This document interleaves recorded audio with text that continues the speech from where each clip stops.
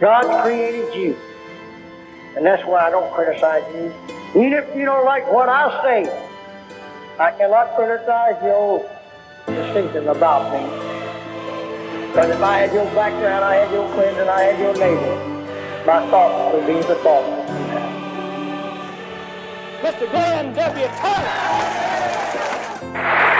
Still a country where a man or woman can still reach the stars. Right!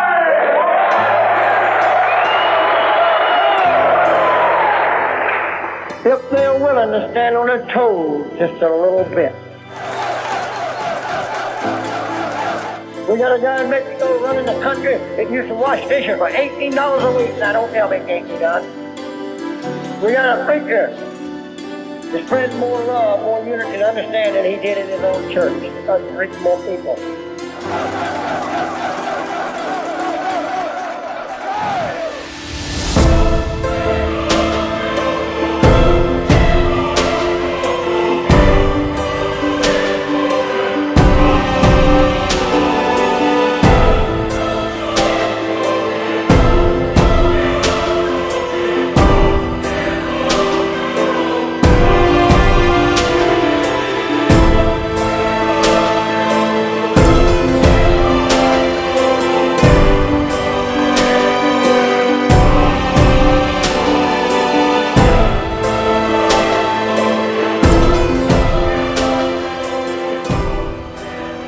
We got factory workers. We got a cab driver running Italy.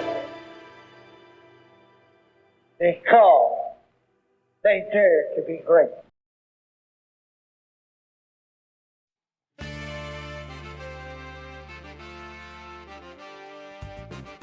It's 1967, and Coscott Interplanetary is already digging up gold. The head of the company, Glen W. Turner, begins his own cosmetic business at 32 years old, after failing in an investment in a multi-level marketing business called Holiday Magic, a company that also sold cosmetics.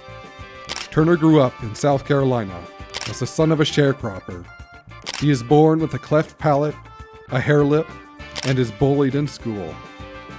He went into the Army for a time before beginning his failures in business. Then his fortune turned. 25 different companies come out of Coscott, including music records, trucking, aviation, and motivation, in just the first year. The company, which is named after Walt Disney's Epcot, pulls in somewhere between 100 million and 250 million in sales in 6 years, and goes international in just a few years. Turner is everywhere. Songs, billboards, books, and magazines. He travels worldwide giving motivational speeches. He gives generously to charity. He becomes one of the largest employers of handicapped people in the state of Florida.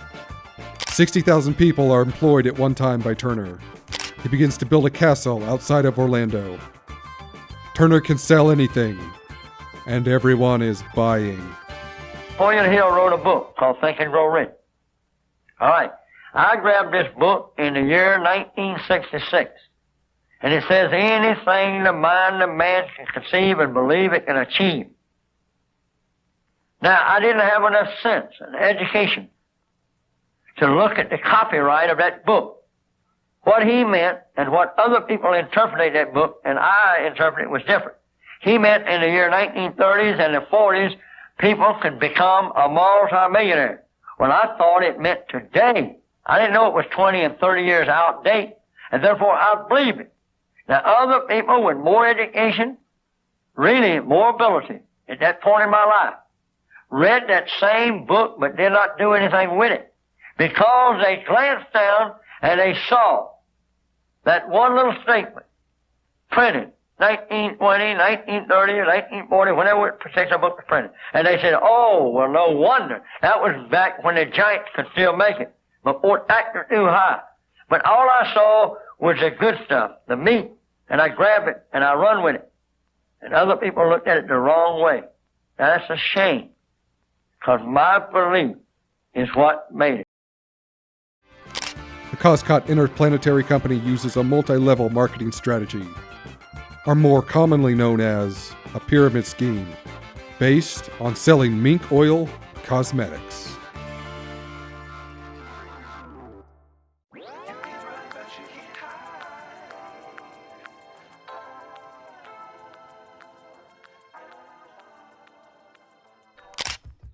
Multi-level marketing is a marketing strategy where the revenue is brought in by distributors who only get commission off sales. But like almost all multi-level marketing strategies, the real money is in the distributorship sales. The profit of a constant stream of people buying into the distributorship rights who are being persuaded after being brought to a 2-day event put on by Costco, called the Golden Opportunity or Go Tour. The distributors are required to bring in potential clients using their own money and are encouraged by the newly coined slogan to fake it till you make it by wearing expensive clothing and driving expensive cars and even pinning $100 bills to their suits.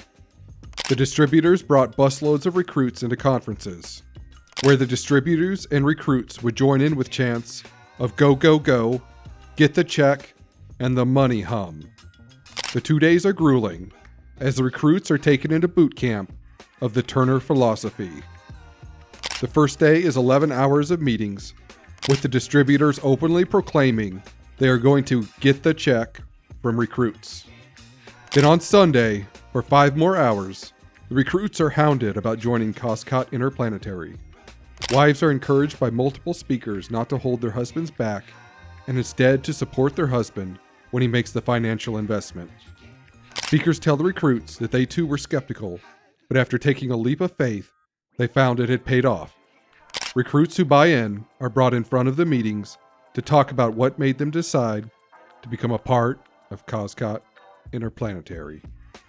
And for a small fee of $4,500, recruits are told that they can make between $40,000 in 10 months to $120,000 in a full year, while also being reassured that the real cause of Costco is not about money, but helping people. After the conference, recruits who have not invested are called and visited to pressure them into giving the check. Everyone at the top of the pyramid makes money from the split of the distributorship sales. Few at the bottom are able to recoup their losses from sponsoring the recruits for the Go Tours. When Costco is banned from doing business in certain states, they begin to fly recruits in from those states. A manual is constructed about how to pressure them during the flight. Checks from recruits who have signed early are shown to them, and on the way home, they have suitcases full of checks dumped onto their laps.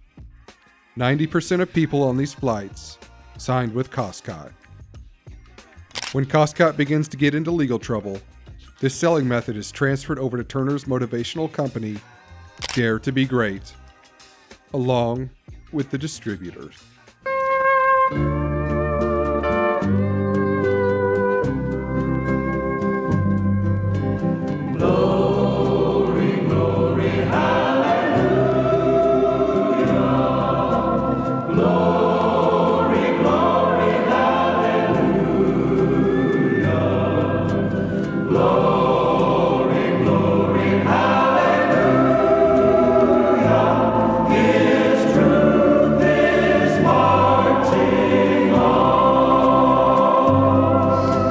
Glory, glory, hallelujah.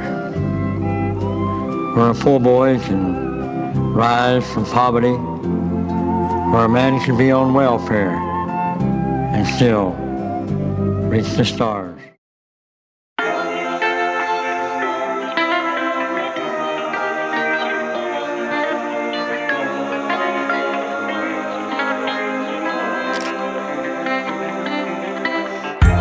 Lawsuits are everywhere.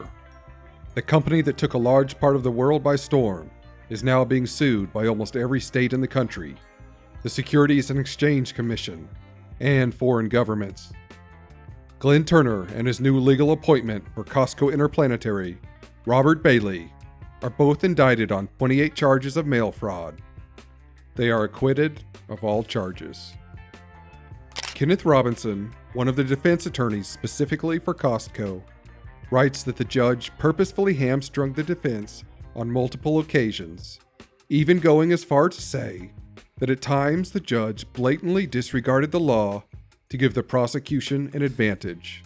In his book, The Great American Mail Fraud Trial, Turner pleads guilty to one count of violating security laws and is given probation.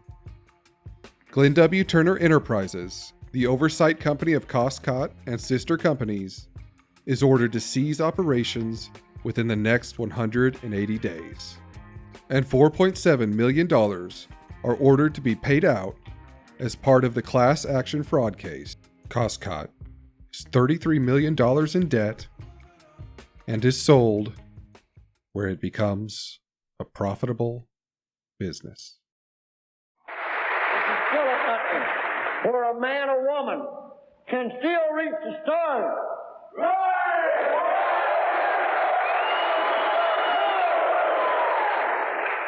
If they're willing to stand on their toes just a little bit.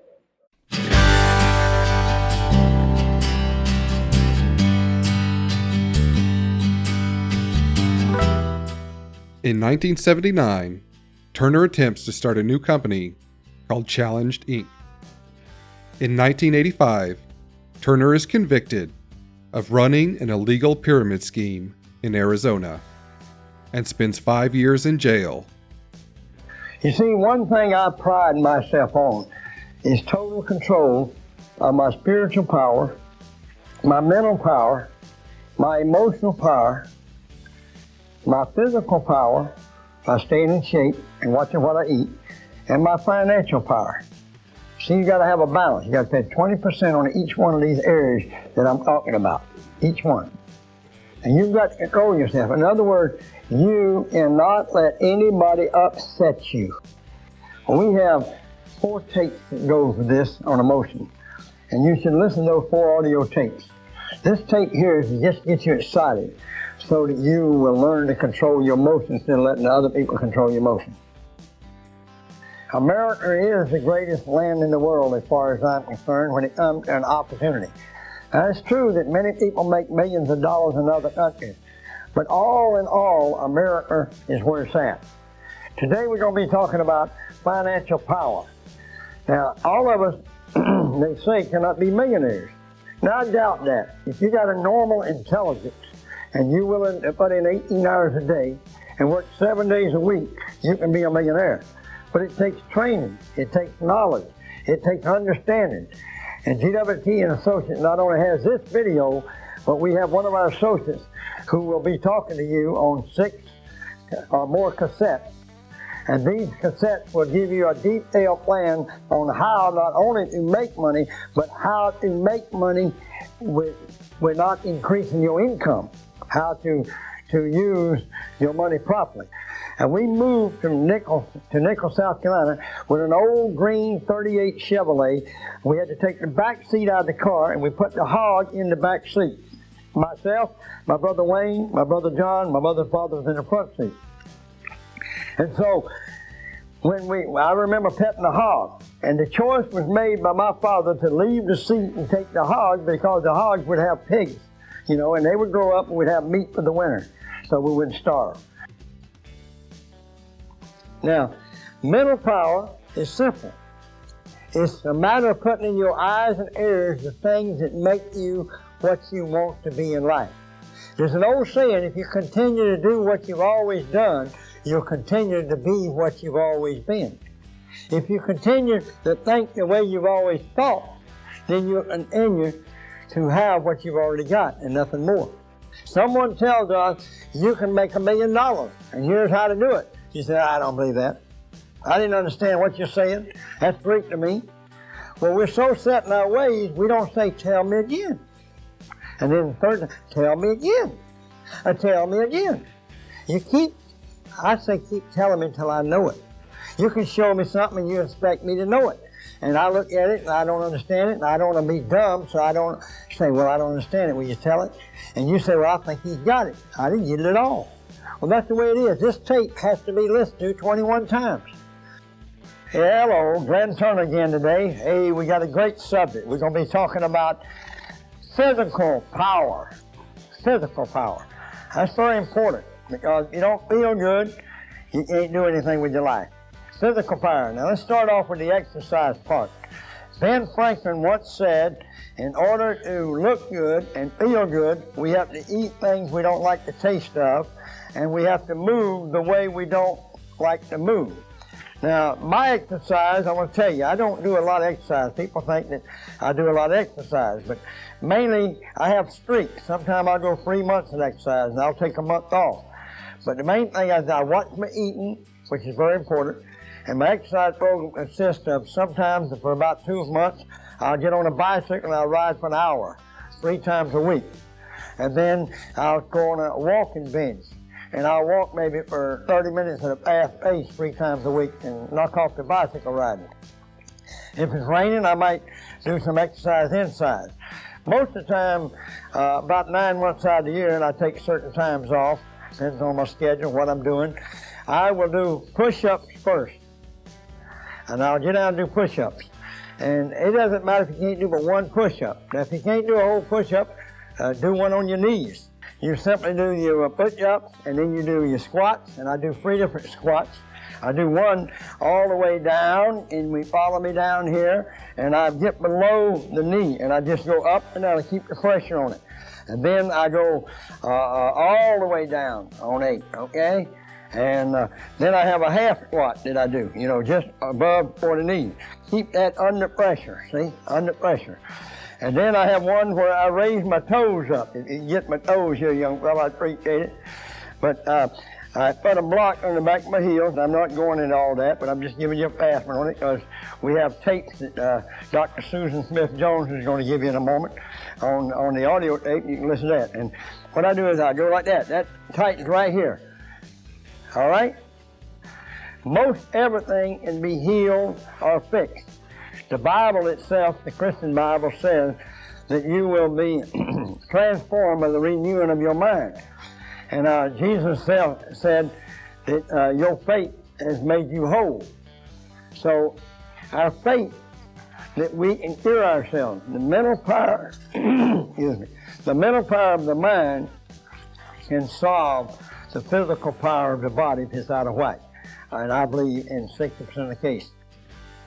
He dies in 2020 and is remembered lovingly by his family.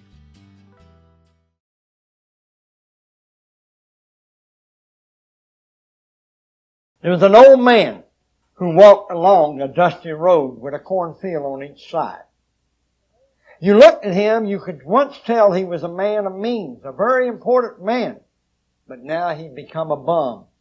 Most of his hair was gone, and what little was left had long turned to gray. He appeared to be about 60, but he probably was much older.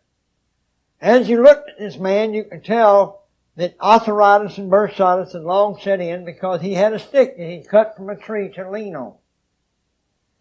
His suit was in rags. He had a hole in the left shoe where he slipped a piece of pasteboard in to keep out the weather as he walked through the mud puddle. A twig of hay was behind his left ear, probably from the bed he slept in last night. He thought, and he muttered to himself as an old man will as he walked along this dusty road, I have to get something to eat. I have no money. I have to beg again. Where can I find a house? He saw no home. He went up a 3-foot rise on a 30-foot span. It seemed like a mile straight up because of the pain in his joints. As he got to the top, he sat down on a log to rest a spell, muttered to himself as an old man will, I have to have something to eat. And he turned and looked, and on the other end of the log sat a young man who appeared to be about 10 years old, just whistling and twisting and singing like a kid will. So he tapped him with his stick, and he says, young boy, could you tell an old man where he can buy or get something to eat for the night? I haven't eaten several days. Oh, said he, in the village that you passed through below. Village? Said he, I saw no village. Just a cornfield on each side of a dusty road. He said, yes, there's a village. Take a look.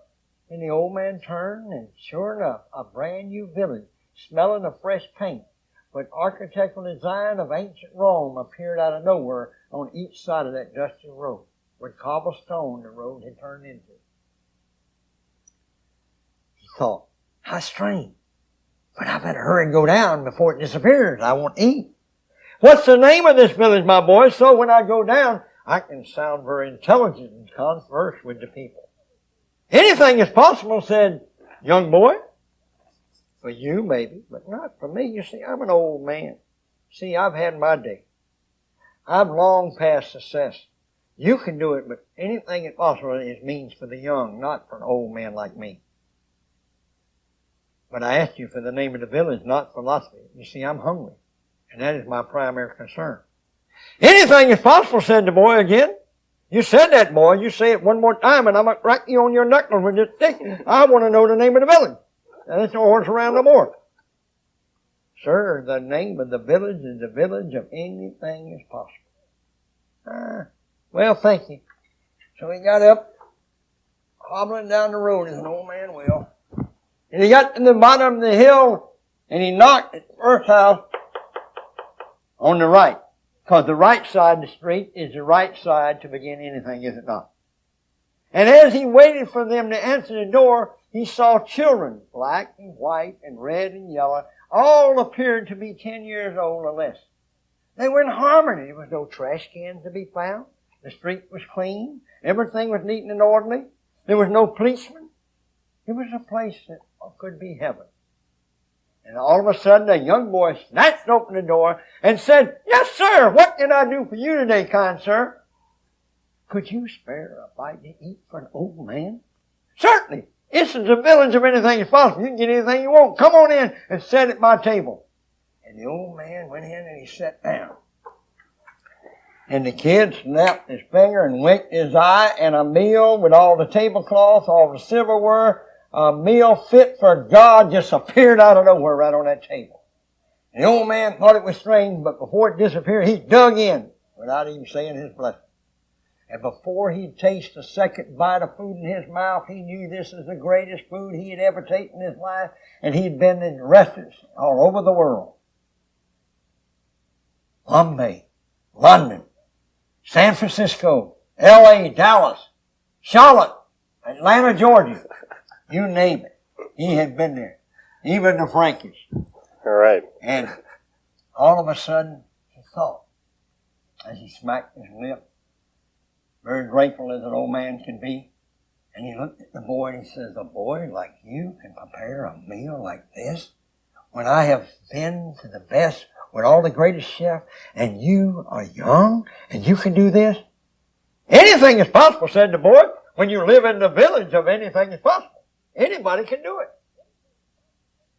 And he shook his hand, as an old man does, and he pointed at the boy, the 60-year-old man.